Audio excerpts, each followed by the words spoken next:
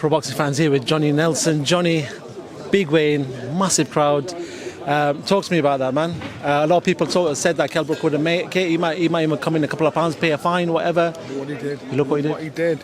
You know, and they actually, it wasn't until this morning it dawned on everybody. Thought, hold on a minute, everybody's watching Kell Brook. What if Amir Khan comes in over the weight?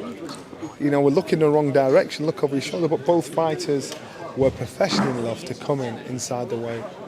And you look at the condition of both fighters. They've done the weight. The talking's over. The last chance they had was right there on the scales. The last time they're going to face each other. The next time they face each other is when the bell goes. That's it. Years of 17, 18 years of waiting. 18 years of frustrating. Kell is obsessed about Amir Khan. Amir Khan has tried to dismiss him as though he never existed. Now the talking's done. Bragging rights is what it's all about. My worry is these two fighters will put so much on the line, they'll have to be saved from themselves if it gets that way, because losing for any of them is unbearable. What did you make of them physically when they both took their tops off, they both faced each other? Sounds like I'm being biased, but Kell looked like a racehorse. Amir Khan made the weight comfortably and still had the abs. He looked the part, but he made weight comfortably. But I just wasn't. I looked at him and thought, does he look healthy? Does he look healthy? He looked a little matte. But you know what? That's what Amir does, because when he fills out, his back will be massive. You know, he's made the weight now. He's done that. They've got to do the checks. So now it's done. That part's over. That was the biggest hurdle. Now we can get on with the fight. Massive emotions involved in this fight, but do you reckon both fighters have it in them just to sort of dampen the emotions, get into the ring and just follow the game plan, because it can get out of hand if once they're facing there? Yeah, that will do. The referee's he's going to have a hard job on his hand to contain them and tell them to behave themselves, because neither fighter is going to let the other get the better of him. Even in the exchanges, even in the last shot of the round, even like in that unwritten respect fighters have when you step off on a break. No fighter's going to want to give that away to either of them. So the referee's Victor Loughlin's got a tough job, a tough job. I don't see it going the distance, but I do see fighters getting warned, pulled apart, telling them to behave themselves.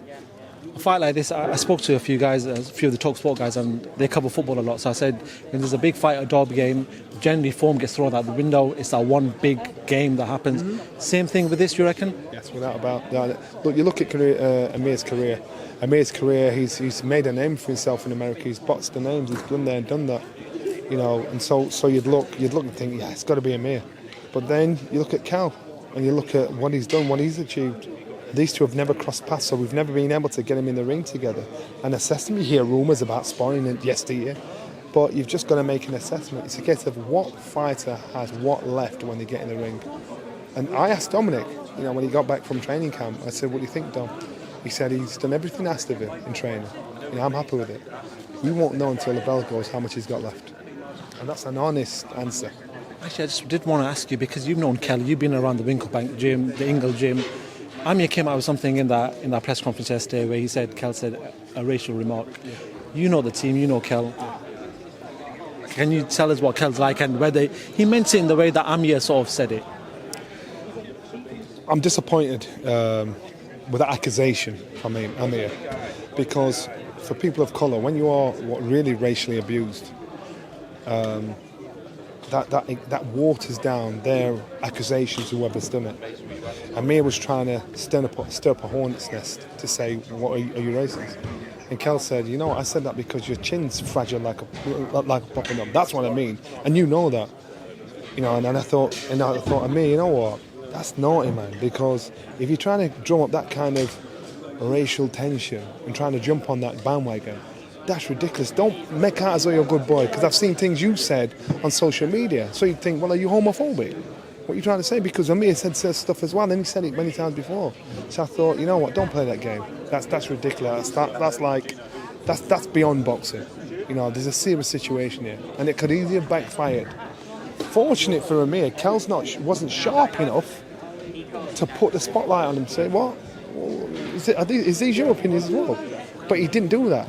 So with Amir doing that, I didn't appreciate it as a man of colour, as a man that knows that isn't Kell, as a man that knows the game, what Amir was playing. You know, people of colour will know that. People that aren't of colour don't know that. You know, and that's a serious situation. So you've got to be serious in that thing there. look, people have got to try and hit under the belt to try and undermine and rattle their opponent. And so I get that. But sometimes too far is too far. So to me, I think respect-wise, he's probably just gone down a notch or two playing that game. I'm not going to ask you for a prediction because I know which way you'd be swaying potentially, but how do you see the fight playing out in regards to rounds? Do you reckon it can go the whole distance? Just give me your thoughts about how you think the fight could play out. I don't think this round goes the distance. This fight goes the distance. No way. No way, because if Amir Khan's got the speed that he has, he'll cut, and it keeps up for 12 rounds, he'll cut Kell to bits, and the referee will stop it. If he hasn't, which I kind of acknowledged in the Terence Crawford fight, he gets turned over about 7-8 rounds. This don't go the distance. This fight has got too much riding on it.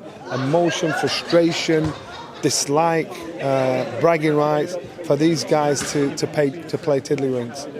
This don't go the distance, and the referee's got a tough night on, so he's got to take control from off the referee. Cool. Johnny Nelson, always a pleasure. I do like that big jacket that you've got going on there. A God's boy for me. It's like I'm wearing a big old condo. Right, Johnny Nelson, thank you so much, Dr. Pro Box fans. Appreciate it.